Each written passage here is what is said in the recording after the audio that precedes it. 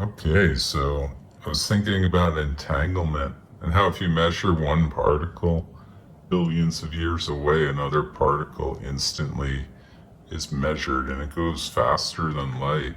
So, doesn't that make light the renderer? It's it's carrying information to render. That's all it's doing, and it can't render billions of light years away where we can't see because its speed limits it from rendering. So it's a flawed rendering mechanism. Isn't that what it is?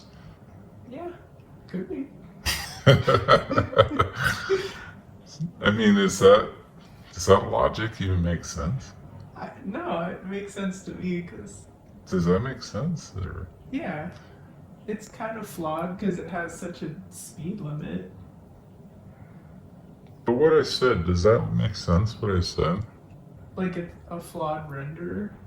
Yeah, it's a rendering machine, but it's kind of like a flawed algorithm Yeah, because like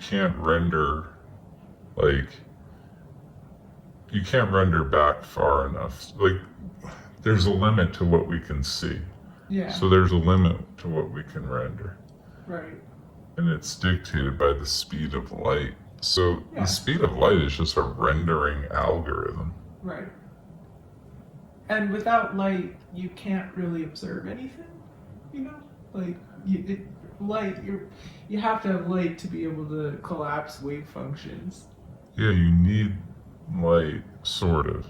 I don't know. That relies too much on the senses, I think. Really? Yeah, what about a blind guy? You can still collapse a wave function by touching or hearing, right? That's true. Yeah. So I think, basically, it's kind of proof that information is fundamental. Information rendered by light. I don't know. I don't know if I'm making sense, but to me, it seems like it means information is fundamental. It seems like a rendering algorithm. We'll see what the masses say. That's what I think.